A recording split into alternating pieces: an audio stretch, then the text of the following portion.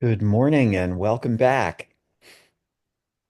So we are being recorded. And once again, if you have not typed your name into the chat, please go ahead and do that so you'll get credit for attending. Today we're talking about unemployment insurance. Now, my father had several uncles who all had pretty good jobs or reasonably successful businesses, all except one. He avoided working as much as possible and spent most of his time hanging out in the local bar. But he lived to be into his 90s at a time when that was rare for men. And one day late in his life, he was in the bar, and another bar patron decided to give him a hard time and came up to him and said, I knew your brothers. They all had good jobs or successful businesses, but you really haven't done much with your life. How do you feel about that? And my great uncle just smiled and replied, Yeah, but they're all dead. So unemployment suits some people just fine, but for most of us, it stinks. So luckily, we have unemployment insurance to help take the edge off. Tengo, And tengo un tempo. please go ahead and mute yourself if you're not already on mute.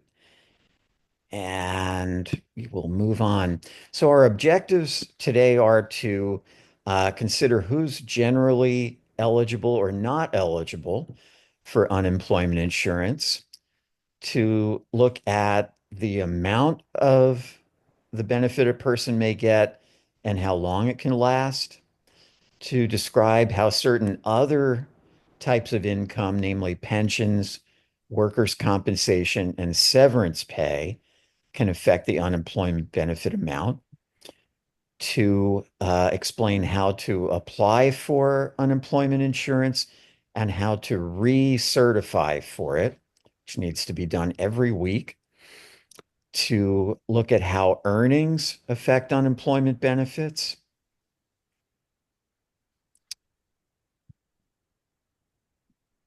And hold on just a moment. I've got to, okay. Uh, can't quite see because the captions are in the way. To look at how um, SSI and SSDI benefits interact with unemployment insurance.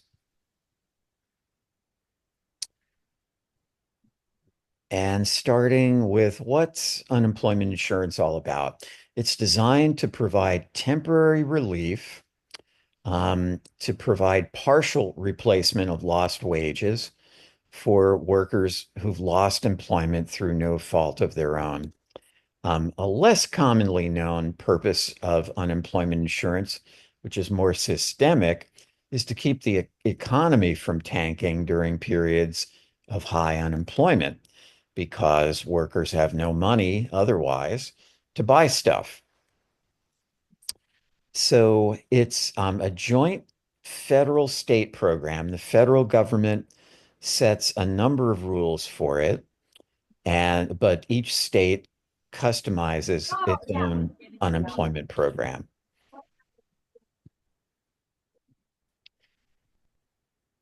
So some of the customization involves precise standards for who's eligible, the amount of the benefit, how long benefits can last, and how earnings affect benefits.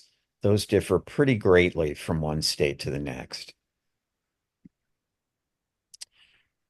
Unemployment insurance, unlike many of the other benefits that we deal with, is not funded with income taxes.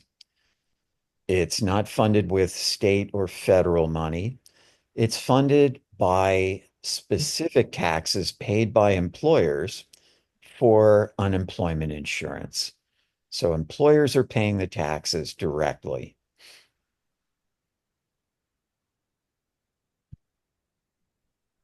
So who's eligible?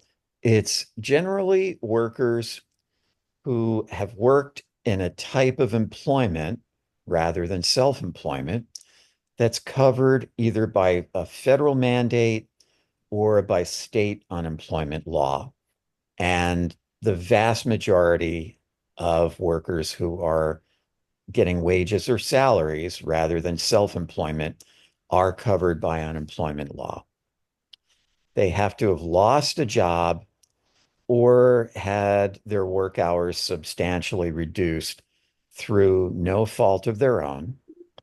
They can get partial benefits if they've worked 30 hours a week, if they're working 30 hours a week or fewer, or earning $504 a week gross wages or less, except, excuse me, except for self-employment income. Or if they have quit a job for good cause related to the job itself. It was a dangerous or hostile work environment, for example, and that will have to be demonstrated to the satisfaction of the program. Very importantly, the worker has to be ready, willing, able, and looking for work. Got to be actively looking for work and has to document at least 3 work search activities every week.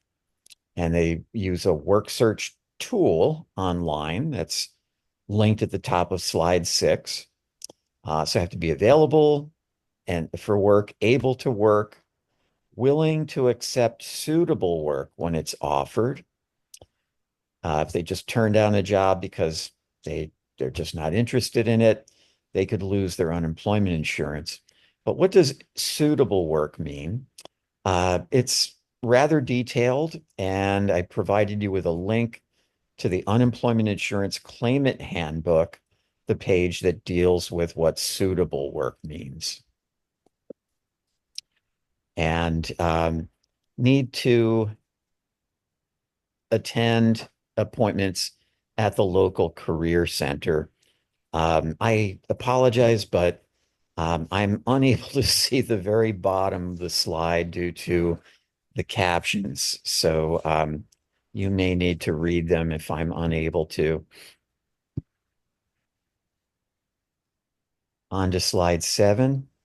So generally, a worker has to be looking for work, but in some cases, they can be exempt from the work search requirement. If they were temporarily laid off or they're seasonally employed, and their employer has given them a written definite return to work date of not more than 8 weeks after the employee's last day of seasonal work or before they were temporarily laid off. If they're a union member who has to obtain work through the union, then they'd go through the union rather than doing an independent work search. If they're participating in an approved training program approved by the New York Department of Labor, or shared work or self-employment assistance program, they can be exempt from the work search. If they accept a bona fide offer of employment, then they don't need to look for work any longer. If they're serving on a jury or they qualify for another exemption. Also, the worker must have worked a certain amount of time, earned a certain amount during a certain period called the base period. So in New York, there are actually 3 different possible base periods. The basic base period, the one that's looked at first by the program, is the first 4 of the last 5 completed calendar quarters before the quarter in which the claim was filed. So, for example, if a worker was laid off and filed for filing a claim is the term that's used for applying for benefits. If they filed a claim today, we are now in the second quarter of 2025. It has not yet ended. It will end June 30th. That means the last 5 completed calendar quarters would have been the 4 quarters of 2024 and the first quarter of 2025. And the first four of those quarters would be the 4 quarters of 2024. So that would be the basic base period for a worker who filed a claim today. Now, there's an alternate base period, which is the last four completed calendar quarters before the quarter in which the claim was filed. So again, if a worker filed a claim today, their alternate base period would be the second, third, and fourth quarters of 2024 and the first quarter of 2025. Finally, there is an extended base period, and that is the basic base period, the first four of the last five completed calendar quarters, plus 1 or 2 calendar quarters that preceded that. And that extended base period is only available to people who are filing claims who received workers' compensation or volunteer firefighters benefits and who didn't qualify for unemployment benefits on the basis of their earnings during the basic or alternate base period.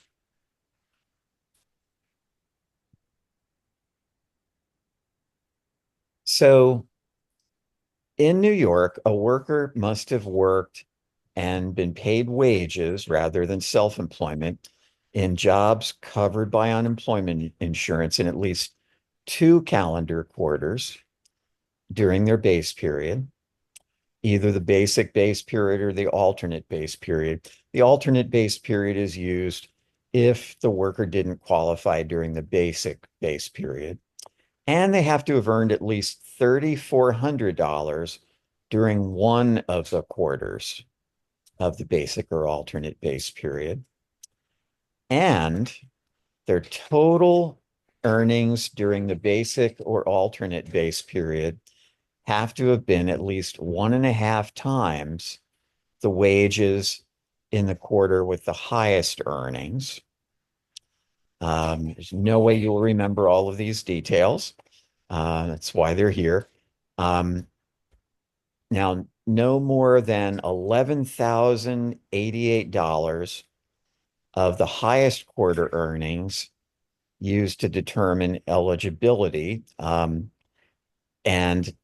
they must have earned at least half that amount, or $5,544 in the other quarter. I can't read it, sorry.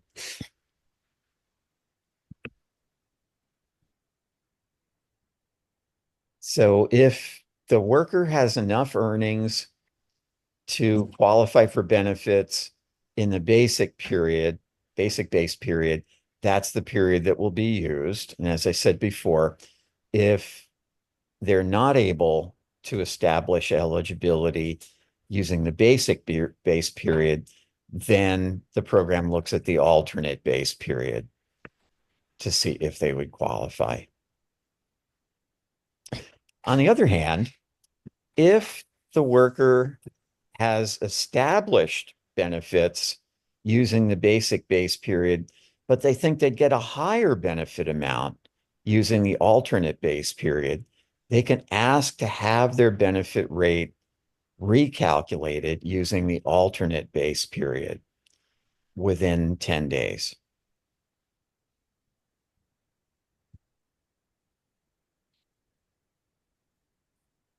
And again, if they're not eligible based on either the basic or alternate base period, but they got workers' comp or volunteer firefighters benefits during Zach, how you doing? or extended base period, Hey, then the extended base period would be used.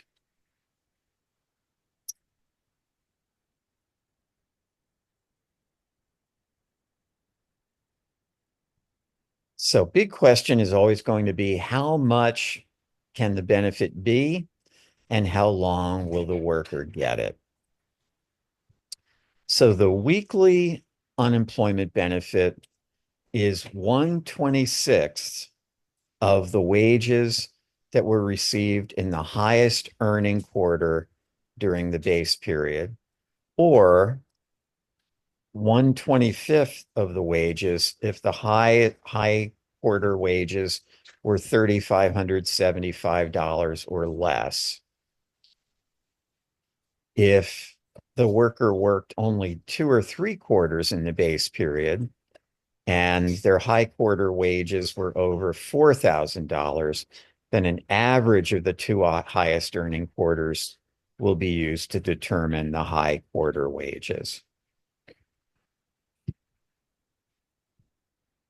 There is a maximum and a minimum benefit. The maximum is $504 a week. The minimum is $136 a week.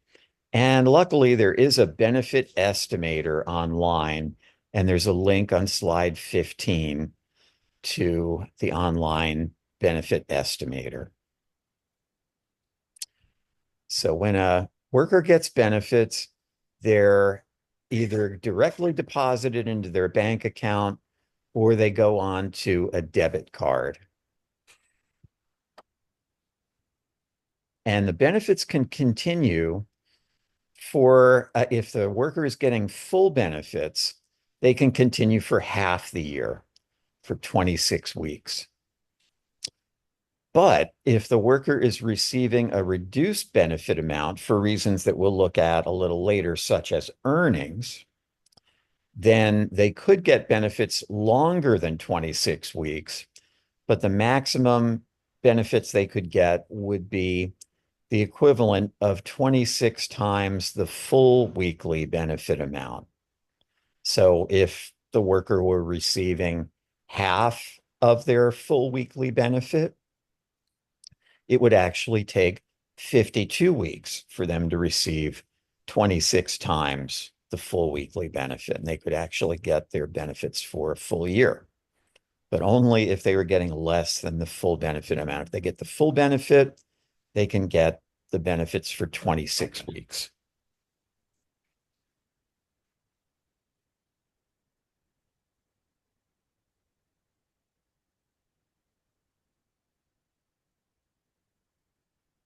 So there are certain workers who are not covered under unemployment insurance law, which means their employer does not have to provide unemployment insurance for them. However, I want to hasten to add that there are circumstances when an employer will cover a worker with unemployment insurance, even though they're not legally required to do so. So examples of workers who are generally not covered would be self-employed workers, as I mentioned before, workers for churches or religious organizations, some salespeople, student workers, certain elected officials, lawmakers, judges, National Guard or Air National Guard members, certain temporary emergency workers, workers in sheltered workshops, um, spouses and children of a sole proprietor, a self-employed sole proprietor, babysitters, casual workers, children under 14, certain railroad workers who are covered under their own unemployment benefits, golf caddies, newspaper delivery people, inmates of public institutions, and some others. However, even though, as I said, even though some workers may not be covered by unemployment insurance law, their employers may choose to provide them with unemployment insurance anyway. Examples might be churches or religious organizations. So if a worker becomes unemployed, they should go ahead and file a claim for unemployment to see if they may be covered, even if the law says it's not mandatory that their employer cover them. So the worker has to be unemployed through no fault of their own, as I said, but they're not going to be eligible if they were fired for misconduct, for violating an employer policy, or insubordination. As you can imagine, there may be differences of opinion between the fired worker and the employer. And if they disagree, the worker says, I was not fired for misconduct. I didn't do anything wrong. And the employer says, yes, you did. Then that would have to be hashed out by the Department of Labor that administers unemployment benefits. You're not eligible for unemployment if you quit a job without good cause or a compelling reason. Generally, that reason, that good cause, has to be related to the work itself rather than the outside circumstances of the worker's life.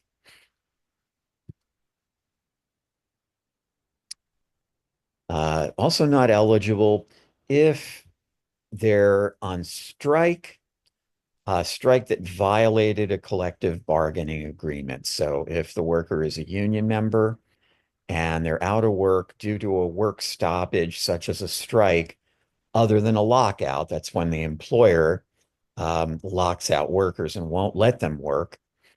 Um, and if that work stoppage occurred within the last 2 weeks, and if the work stoppage, generally a strike, violated a collective bargaining agreement, a contract that the union had with the employer, then the worker would not be eligible for unemployment. If the worker is offered a suitable job but refuses it, they're no longer eligible. If they're not able to work or available for work, they won't be eligible.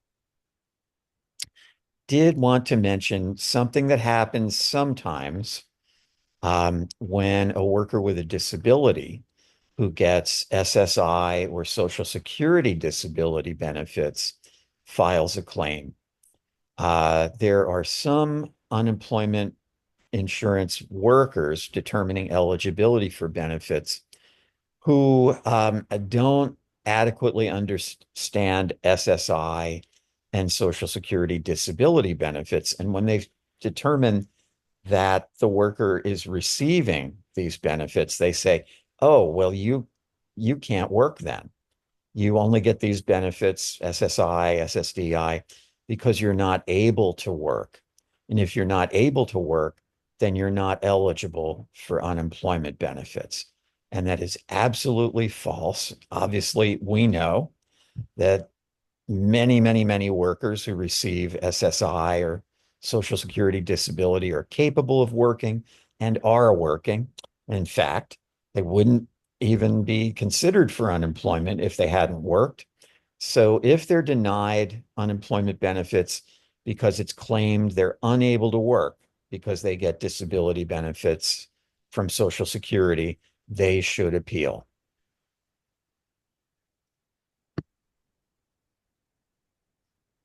So there are certain other kinds of income that can affect unemployment benefits, starting with pensions. If a worker gets a pension from an employer they worked for during their base period, and the employer contributed to that pension, then the unemployment benefit may be reduced by 100% of the pension amount. So if the pension is paid on a monthly basis, as they usually are, then the Department of Labor would prorate that monthly amount and figure out what the equivalent weekly amount would be, maybe by dividing by 4 1/3. And the weekly unemployment benefit would be reduced by that amount. However, if the employer did not contribute to funding that pension and the worker alone paid into the pension, then the unemployment benefit will not be reduced by the pension.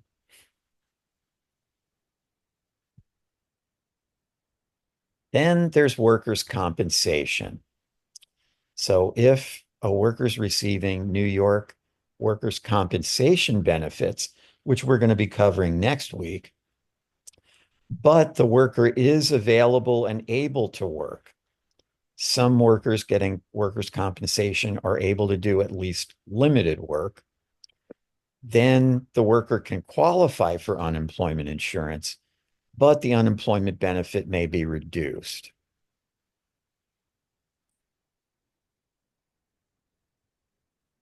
And the total benefit that they get between the workers' comp and the reduced unemployment benefit can't be greater than the average weekly wage that the worker had during their base period. And finally, severance pay. So if a worker receives severance pay, meaning pay that will continue for a period of time after they've stopped working, if their weekly severance pay or the prorated amount of severance pay that's paid other than weekly is less than the maximum unemployment benefit, then the worker can get partial unemployment benefits, but the unemployment benefit would be reduced by the severance pay. If the severance pay is greater than the unemployment benefit amount, then the unemployment will be reduced to zero. However, severance pay is time limited. It's only temporary. When the severance pay ends, then the worker could qualify for unemployment benefits. And I apologize, I'm not able to read the last slide. I'm going to try something different here.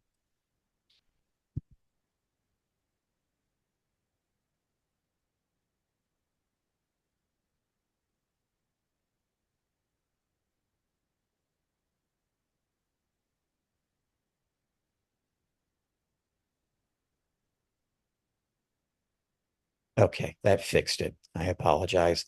Now I don't have the captions blocking the slide.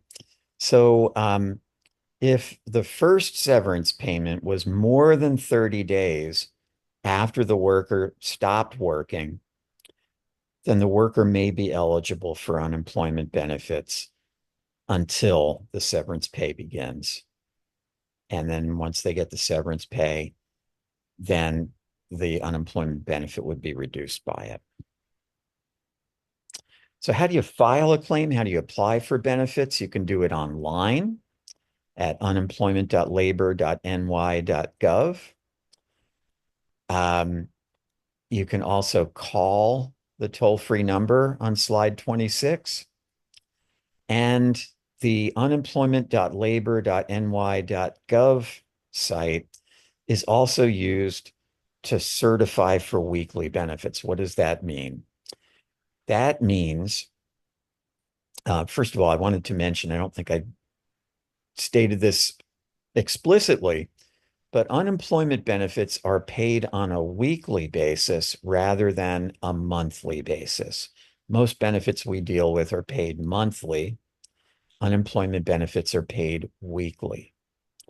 Now, for most benefits that we deal with, individuals have to recertify, be redetermined to be eligible, generally once, maybe twice a year, not all that often. For unemployment benefits, it's every single week. You have to recertify your eligibility every week to be eligible for unemployment because unemployment is only intended to be temporary and to tide the worker over until they get new employment. And they're supposed to look for work at least three activities a week. So it's expected that they will eventually find work. And each week they have to report if they have found any work or if they've gotten any job offers, if they've accepted or declined those offers. And their eligibility needs to be redetermined every week. So they can use the same online link to file a claim to apply for benefits initially and then to recertify every week.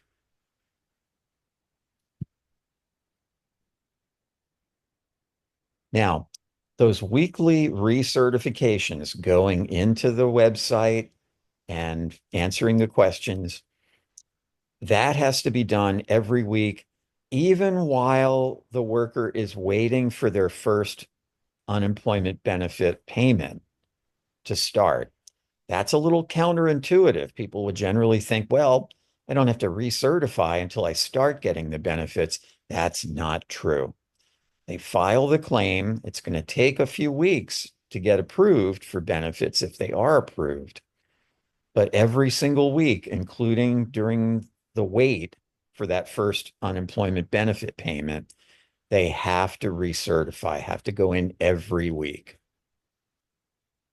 And the link for recertifications is on slide 27. There's also a phone number they could call alternately, but generally, recertifying online is preferred. So once the claim is filed, it usually takes 3 to 6 weeks for the worker to get their first unemployment payment. And if they're determined eligible, then the previous weeks that they certified those weeks of benefits will be released to them. So it is worth it to go ahead and file those recertifications every week. Now, there is a 1 week waiting period, however. So the worker will not receive an unemployment benefit for the first week that they're out of work, but they will receive payments after that if they're determined eligible. And when they do the recertifications every week, they have to report any earnings they had, even if they're just doing some kind of sideline, some sort of informal self-employment. Any work earnings have to be reported. And as I said, any job offers or any job refusals. I'm going to pause for a moment, see if anybody has any questions or comments. Looks like there are some. Okay, Sarah, thank you. Sorry about that. Um, so, question related to contribution to a pension plan. When referring to a pension plan, does this not include, excuse me, a 401k plan where an employer may be contributing?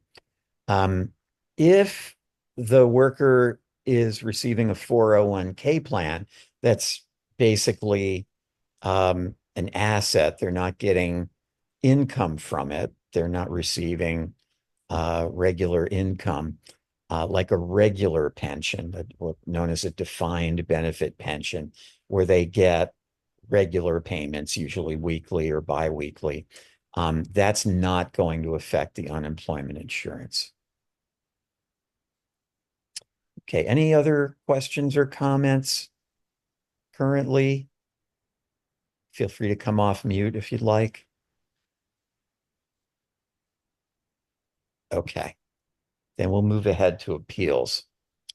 So, a person who files a claim is denied, or the benefit amount is less than they were expecting, or there's some adverse decision. They can appeal that within 30 days, and you can find details about the appeal process, about requesting a hearing, which is how the appeal is resolved, at the link on slide 29. So if a worker has any difficulty filing a claim or they need help, they have questions, they can send a secure message using the link on slide 30. There's also a telephone claim center they can call, and there's a claimant advocate office. This is a real helpful resource that exists in many states, where there's actually an advocate. In some states, they call it an ombudsman who can help them out with issues.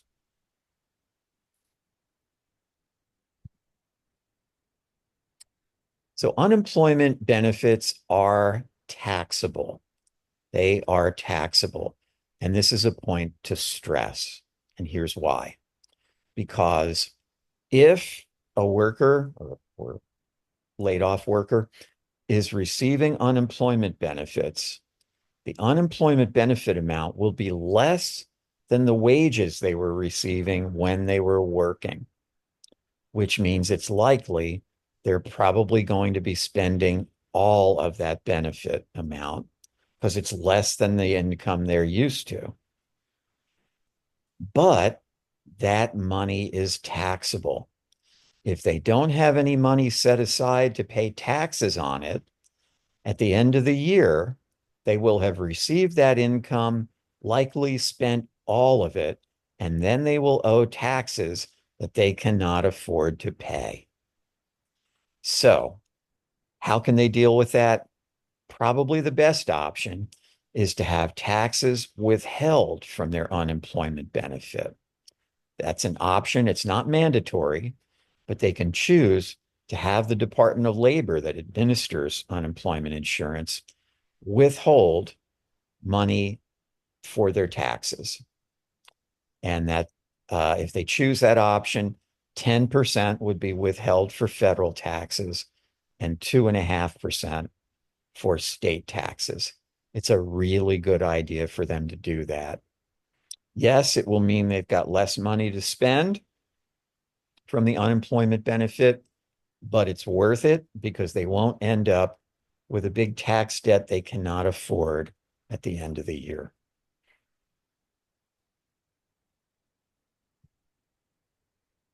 Okay, let's get into the nitty gritty here.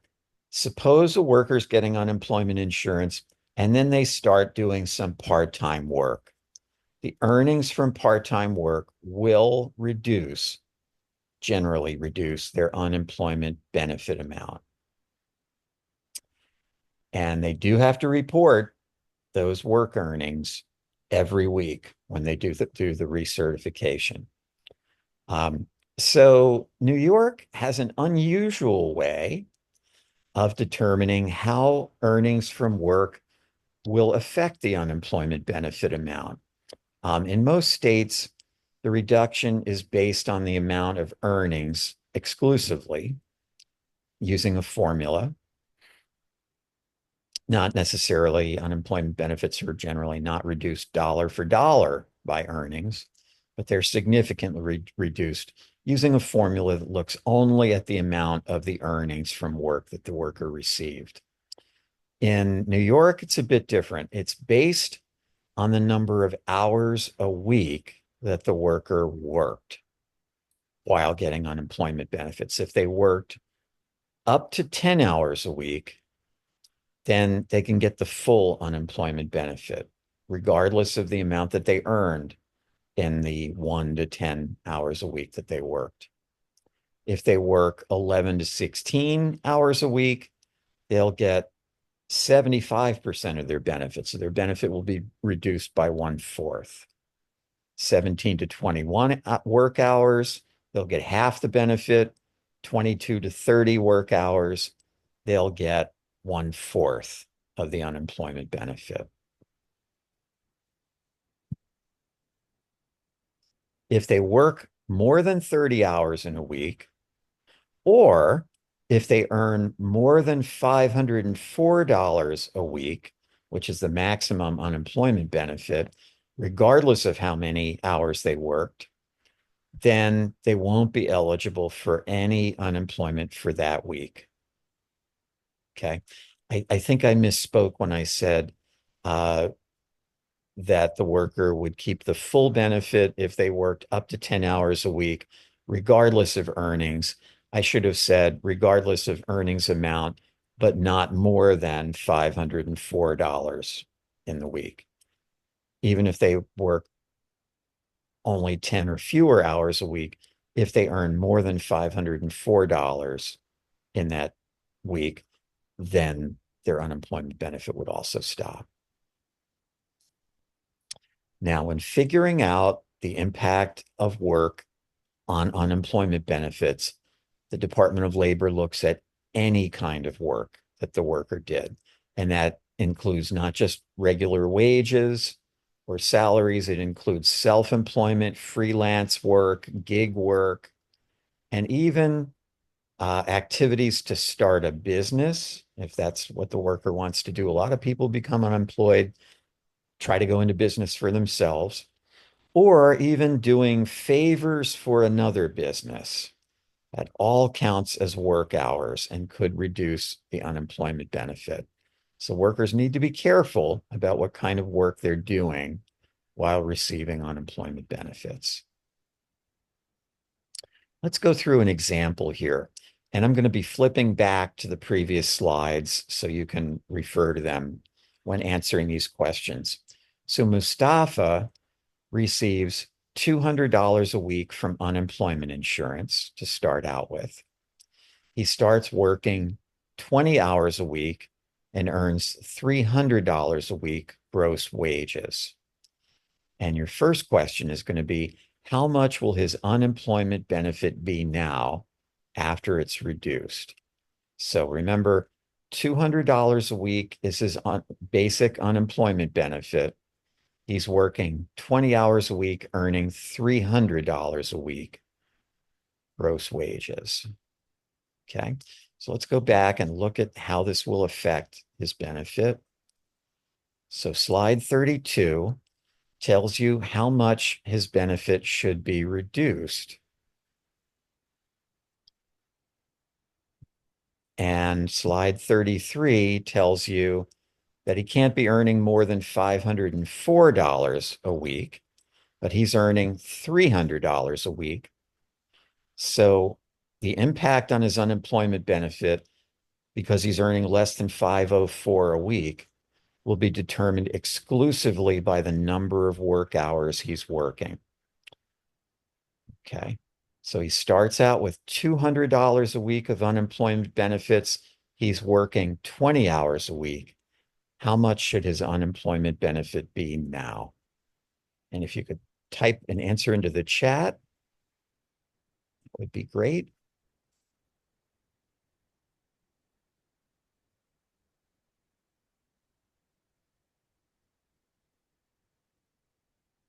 Okay, good. Get a few more of you. Type in answers.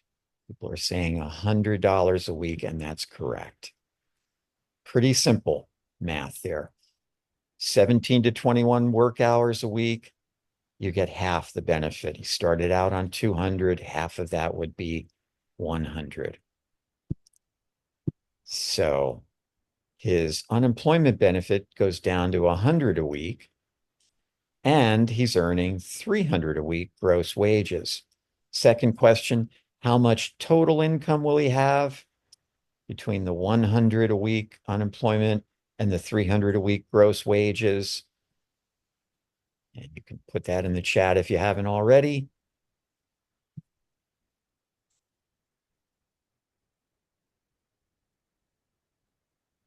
Yes, people are saying 400 a week. Indeed. So is he better off working part-time while getting unemployment? Yes, he is. Without working at all, he'd be getting only the 200 a week from the unemployment. While he's working, he gets 400 a week. So he doesn't get to keep the full benefit of the 300 a week he's earning in gross wages. His income only increases by 200 a week rather than by 300 a week. But he is definitely better off doing some part-time work than not working at all, even though his unemployment gets reduced a bit.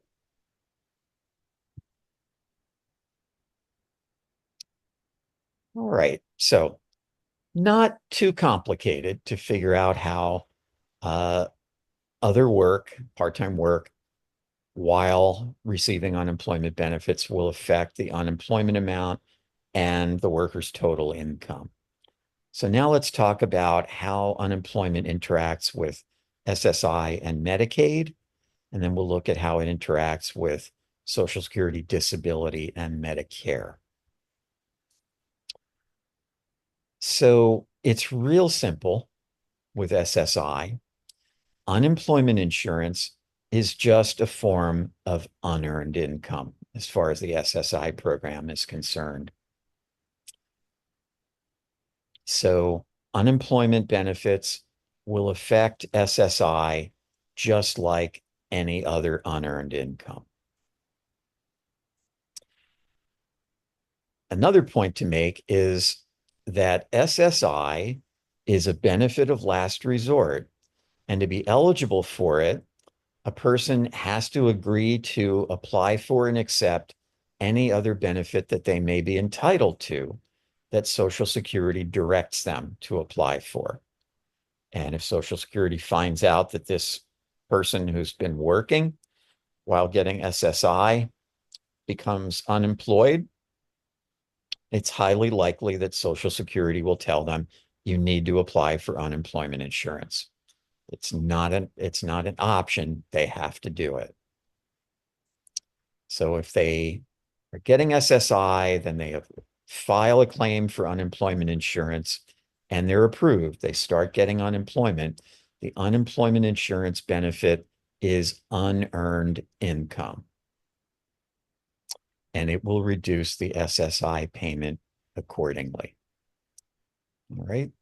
So just to test your memory real quickly, suppose a person is getting an average of $920 a month of unemployment benefits. So taking their weekly amount, multiplying it by, let's say they got 4 weekly payments during the month.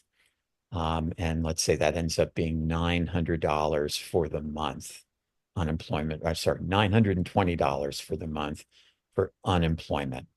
Okay. For SSI purposes, if they've got $920 of unemployment, of unearned income, how much of that will be countable for SSI? Remember your SSI calculation.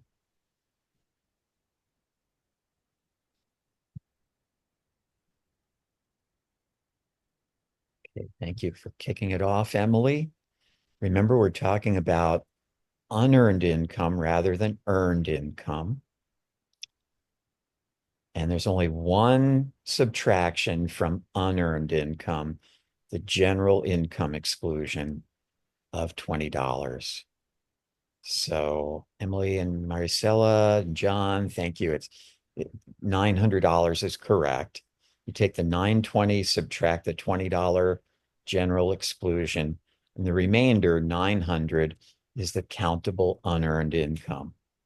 And that's the amount that the SSI is reduced by. So if the SSI starts out at 1,054, the maximum, person has $900 of countable income, that would reduce the SSI to 154 a month.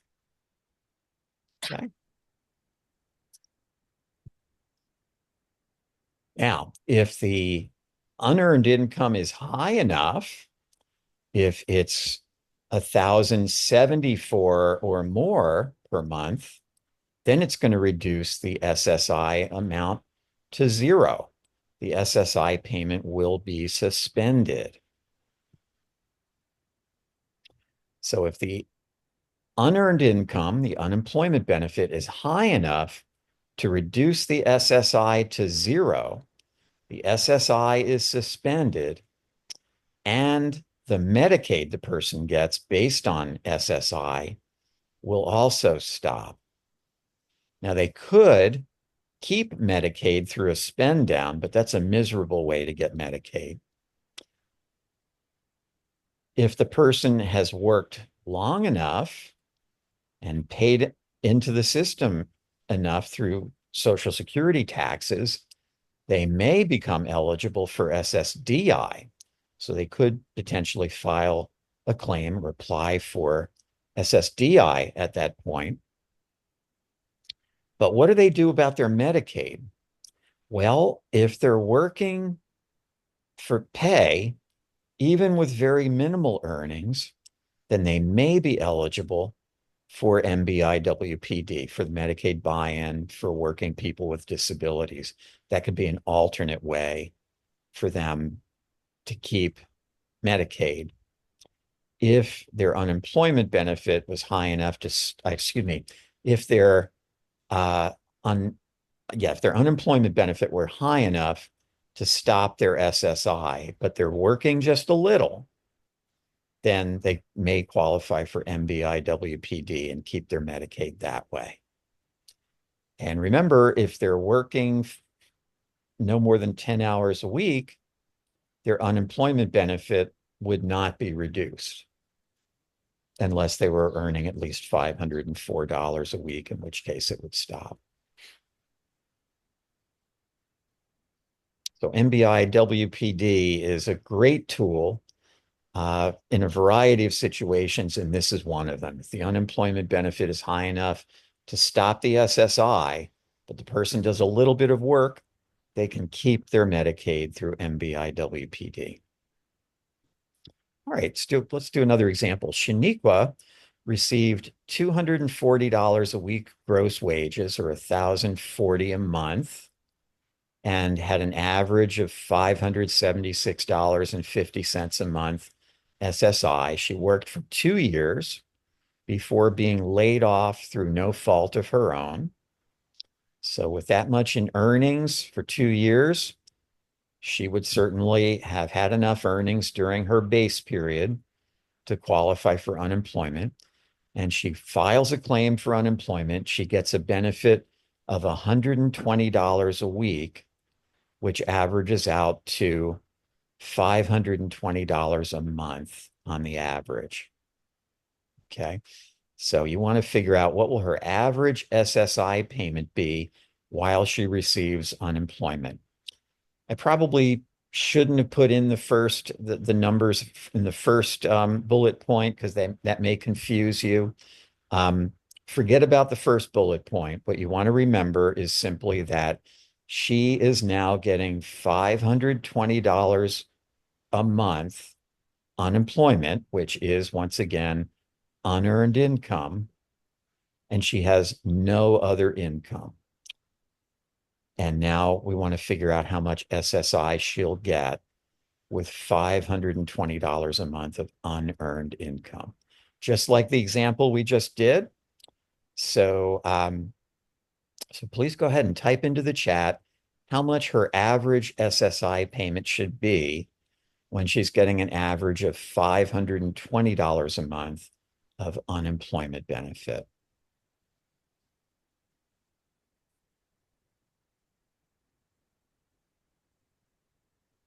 And you can use your SSI calculator if you like. The key is she's got only $520 of unearned income per month.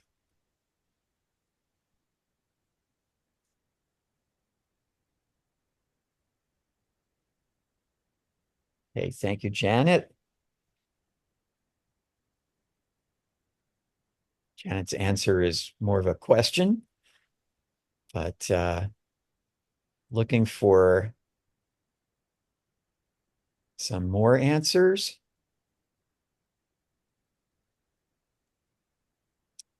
Okay, Maricela, you did the first part of the calculation. You figured out her countable income.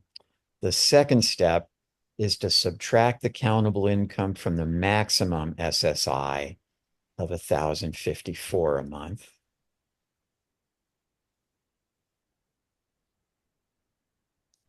Take the 1,054, subtract the countable income, and that tells you how much her SSI should be.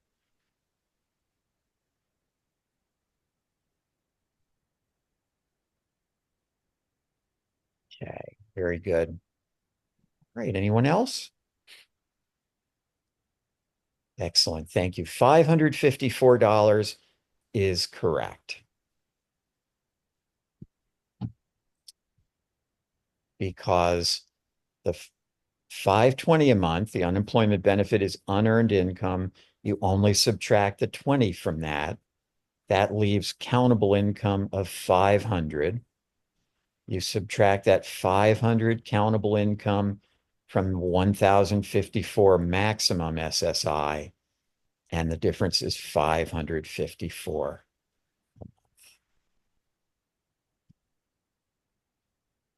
Very good. Okay. So now what will Shaniqua's average total before tax income be? So she is getting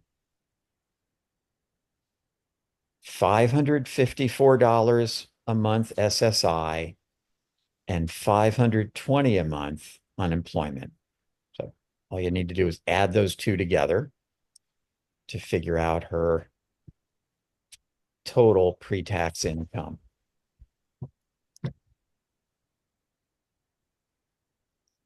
554 and 520 equals how much?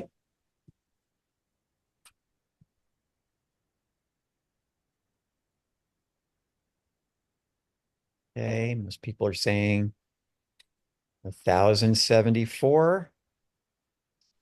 And that is correct. Okay. So when a person receives a limited amount of unearned income, enough to reduce their SSI, but not enough to reduce it to zero, then when you take their unearned income plus the SSI amount that they would get, the reduced SSI, the total income should generally be $20 more than the maximum SSI payment. Maximum SSI payment is 1,054.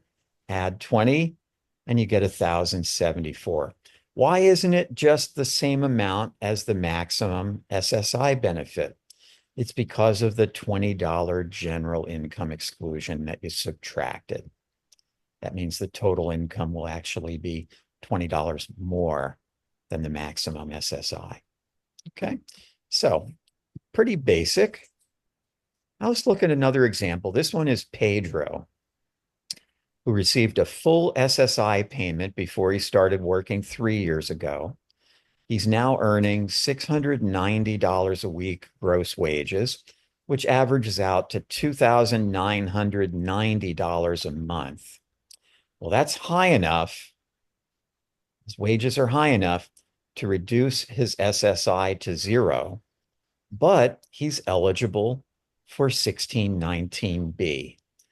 And just a quick refresher on 1619B, that's the work incentive that protects a person's SSI eligibility if their earnings from work, only from work, are high enough to reduce their SSI to zero. 1619B does two things. It's a double safety net. It lets the person keep Medicaid just as if they were still getting SSI payments. And if anything happens to their earnings later, if they stop working for any reason or their earnings drop low enough for any reason, they can get right back on SSI payments without having to reapply.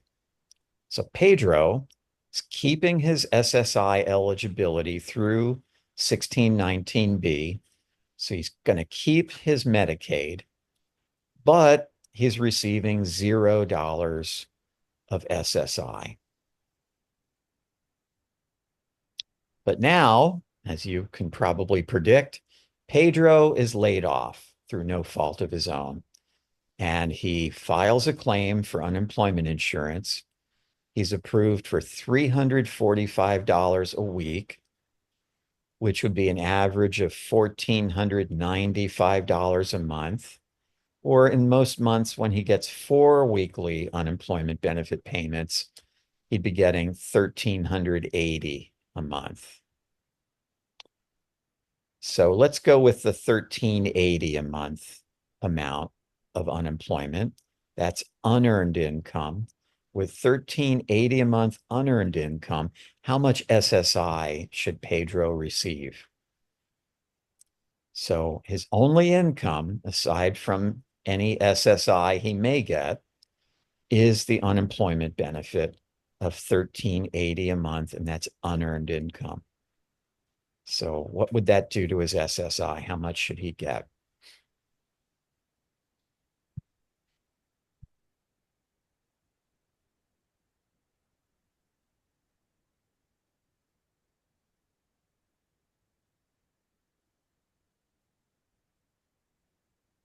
Okay, very good. People are saying 0, and 0 is correct.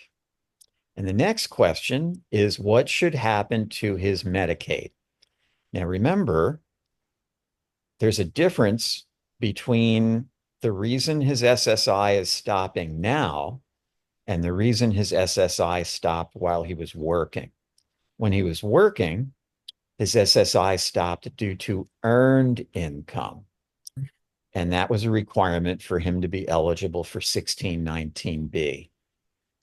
Yeah, it has to be your earned income that reduces your SSI to 0 to qualify for 1619B. Now it's unearned income that's reducing Pedro's SSI to 0, not earned income. So he's not eligible for 1619B now.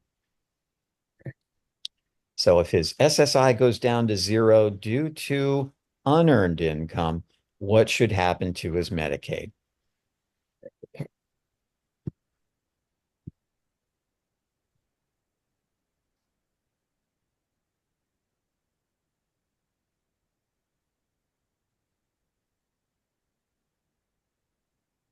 Okay. Interesting. We've got several different answers. Um, and there is not just one single possible correct answer to this one. We talked about this on a previous slide.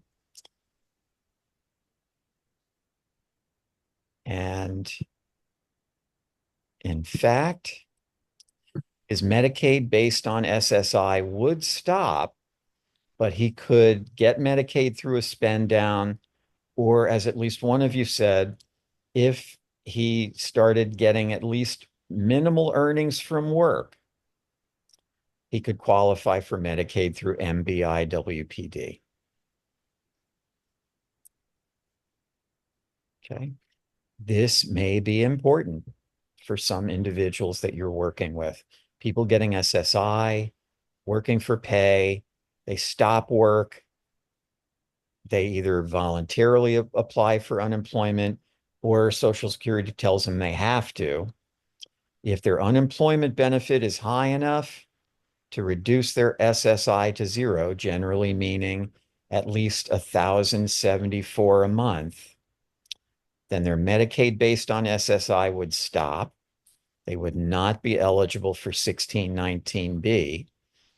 They could get Medicaid through a spend down, but that's a miserable experience, not good financially. What they could do instead is do a little bit of work and qualify for MBIWPD. Currently, there's still a moratorium on premiums, so it wouldn't cost them anything. And if they were working 10 hours a week or fewer, their unemployment benefit wouldn't even be reduced unless they were earning more than $504 a week.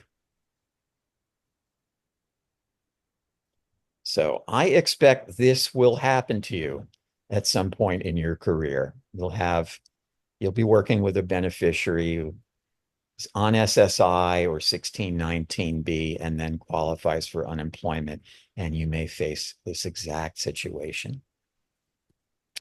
All right, moving on to Social Security disability. How does unemployment interact with that? And the answer is real simple here. Unemployment benefits have no impact on Social Security disability. Whether it's SSDI, the person gets based on their own work history, or a disabled adult child benefit they get on a parent's work history, or a disabled widows or widowers benefit that they get on their deceased spouse's record. So they can get full unemployment benefits and full Social Security disability benefits. Neither benefit affects the other.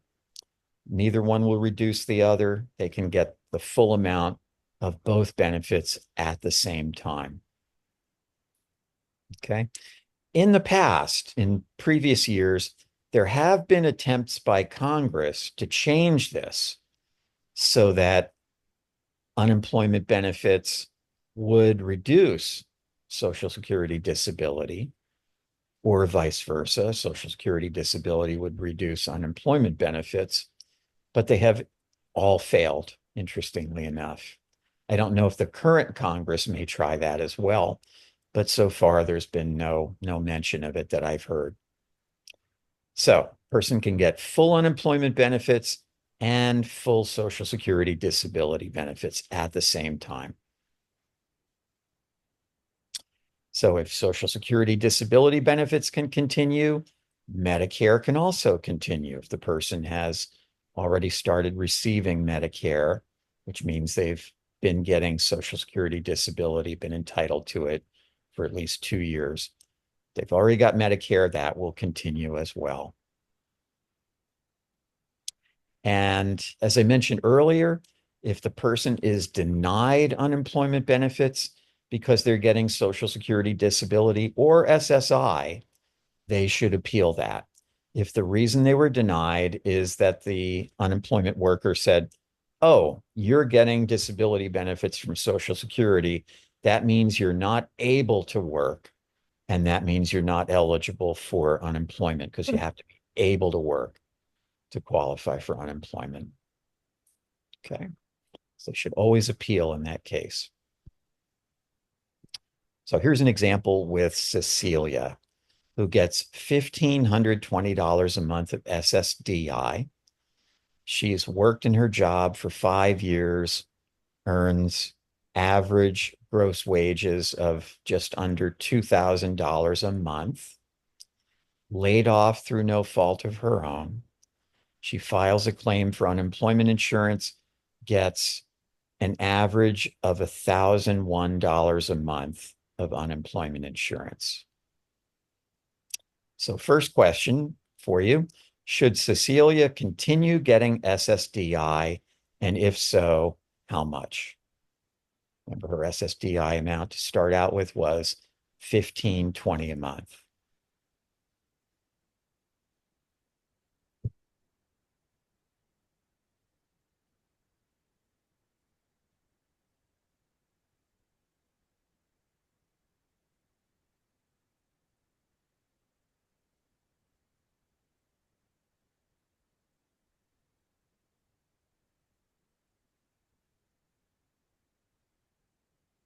Okay. Can we get a few more answers?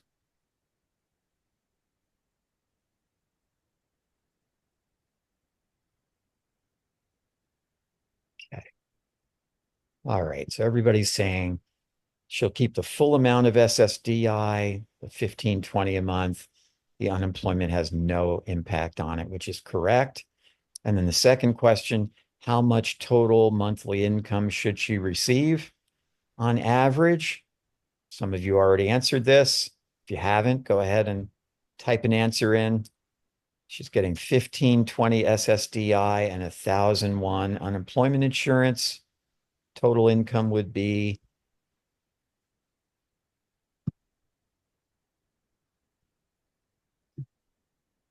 people are saying 2521, and that's correct. Okay. So it's really simple.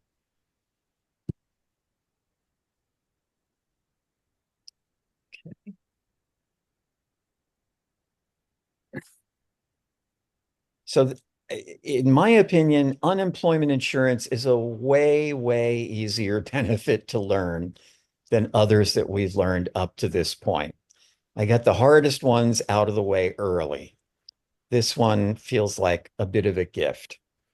Um, Calculating the impact of work on unemployment, not too complicated. Uh, the impact of work of unemployment benefits on SSI. Unemployment is simply unearned income.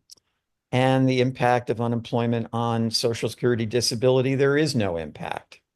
Person can get the full Social Security disability and full unemployment at the same time. That's about it.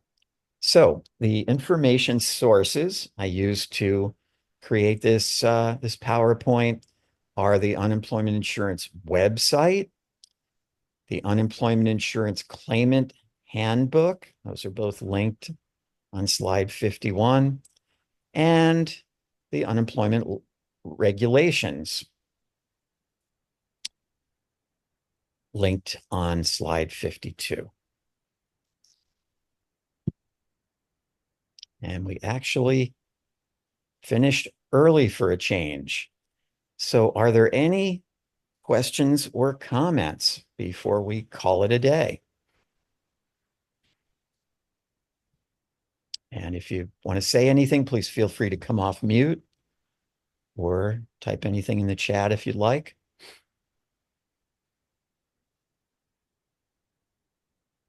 Maricela speaking. Thank you, Michael. I agree with you. This was a lot simpler than the other trainings. Absolutely.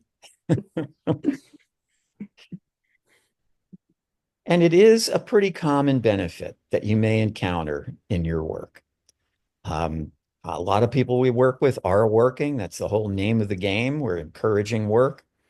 And sometimes people stop working for reasons beyond their control and can qualify for unemployment. So thank you all. And if there are no further questions or comments, I'm going to go ahead and stop the recording.